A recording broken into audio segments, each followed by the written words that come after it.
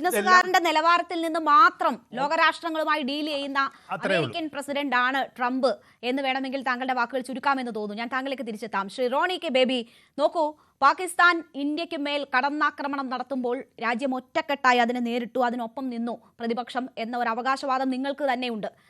അതിനുശേഷം ചോദ്യങ്ങൾ ഉന്നയിച്ചു എന്നത് വേറൊരു കാര്യം. നോക്കൂ, ഇപ്പോൾ ഒരു സാമ്പത്തികമായ യുദ്ധം അമേരിക്ക ഇന്ത്യയോട് പ്രഖ്യാപിച്ചിരിക്കുന്നു എന്ന് വേണം കരുതാൻ. ആ ഘട്ടത്തിൽ പ്രതിപക്ഷം ഈ രാജ്യത്തിന് ഒപ്പമാണോ, ഒറ്റക്കെട്ടാണോ, സർക്കാരിനൊപ്പമാണോ എന്നാണ് അറിയേണ്ടത്.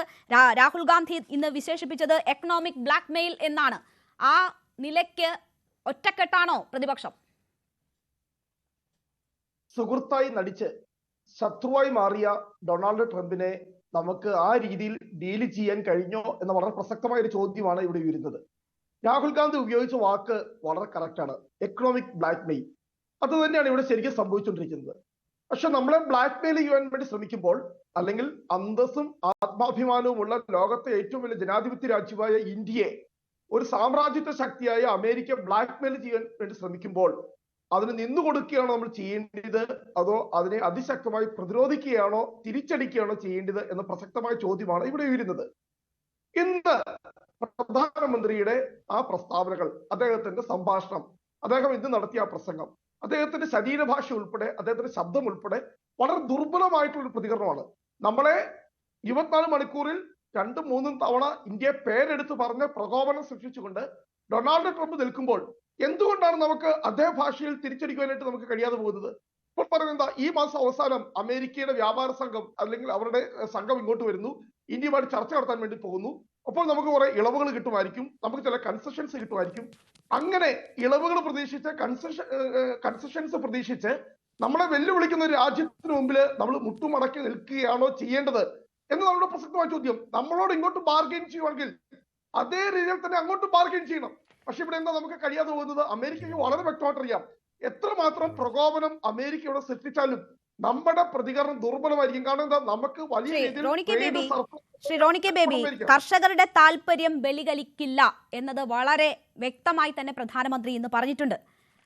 അതിനപ്പുറം പ്രകോപനം സൃഷ്ടിക്കുന്ന പ്രസ്താവനകൾ അല്ലെങ്കിൽ പേരെടുത്തു പറഞ്ഞുള്ള പ്രസ്താവനകൾ വേണമെന്നതാണോ താങ്കൾ ഉദ്ദേശിക്കുന്നത്? അതെന്തെങ്കിലും ഗുണം ചെയ്യുമോ അങ്ങനെ ഒരു പ്രസ്താവന ഈ ഘട്ടത്തിൽ?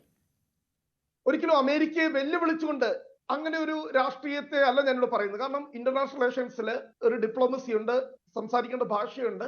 പക്ഷെ നമ്മൾ ഈ ഇങ്ങോട്ട് ചർച്ചയ്ക്ക് വേണ്ടി വരുമ്പോൾ നമുക്ക് കുറെ കൺസെഷൻസ് കിട്ടും എന്ന ഒരു ദയനീയതയിൽ നിന്നുകൊണ്ട് നമ്മൾ, അല്ലെങ്കിൽ ആ ദുർബലാവസ്ഥയിൽ നിന്നുകൊണ്ട് നമ്മൾ പ്രതികരിക്കേണ്ടതില്ല. പക്ഷെ ഇന്നത്തെ പ്രധാനമന്ത്രിയുടെ പ്രതികരണം നമുക്ക് കുറച്ചുകൂടിയൊക്കെ ഒരു ശക്തമായിട്ടുള്ള ഒരു പ്രതികരണത്തിലേക്ക്, ഞാൻ പറയുന്നത് അമേരിക്കയെ പ്രകോപിക്കാവുന്ന രീതിയിലോ അറ്റാക്ക് ചെയ്യാവുന്ന രീതിയിലല്ല, പക്ഷെ കുറച്ചുകൂടി നമ്മുടെ ഒരു ദേശീയ താല്പര്യങ്ങൾ, ഒരു നാഷണൽ ഇൻട്രസ്റ്റ് നമുക്ക് പ്രൊട്ടക്ട് ചെയ്യുന്ന രീതിയിൽ ഞാൻ ഒന്ന് ചോദിച്ചോട്ടെ, അമേരിക്ക കാണിക്കുന്ന ഇരട്ടത്താപ്പ് എന്താണ് എന്നത് വിദേശകാര്യ മന്ത്രാലയത്തിന്റെ ഭാഗമായി ഇറങ്ങുന്ന വാർത്താക്കുറിപ്പിലൂടെ നമ്മൾ കാണുന്നതാണ്. ആ ഇരട്ടത്താപ്പ് ചൂണ്ടിക്കാണിക്കുന്നുണ്ട്. നമ്മൾ ഏതെങ്കിലും തരത്തിൽ കാല് പിടിക്കാൻ പോകുന്നില്ല, അഭ്യർത്ഥിക്കാൻ പോകുന്നില്ല, ഇത് നേരിടാൻ പോകുകയാണ്.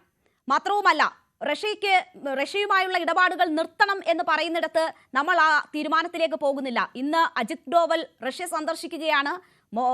റഷ്യൻ പ്രസിഡന്റ് ഉടൻ തന്നെ ഇന്ത്യയിലെത്തും എന്ന ഏറ്റവും പുതിയ വിവരങ്ങൾ വരുന്നു. അപ്പോൾ റഷ്യയുമായുള്ള ബന്ധം അവസാനിപ്പിക്കുകയല്ല, രാജ്യ താല്പര്യത്തിന്, രാജ്യത്തിന്റെ ആവശ്യമനുസരിച്ചുള്ള പർച്ചേസിന് ഉള്ളത് പരമാധികാരമാണെന്നും അത് തുടരുമെന്നും വ്യക്തമാക്കുന്നു. ആ രാഷ്ട്രവുമായുള്ള ബന്ധം ശക്തിപ്പെടുത്താനുള്ള നീക്കമാണ് നടക്കുന്നത്. അതിനോടൊപ്പമാണ് പ്രധാനമന്ത്രി ഈ മറുപടി കൂടി നൽകുന്നത്.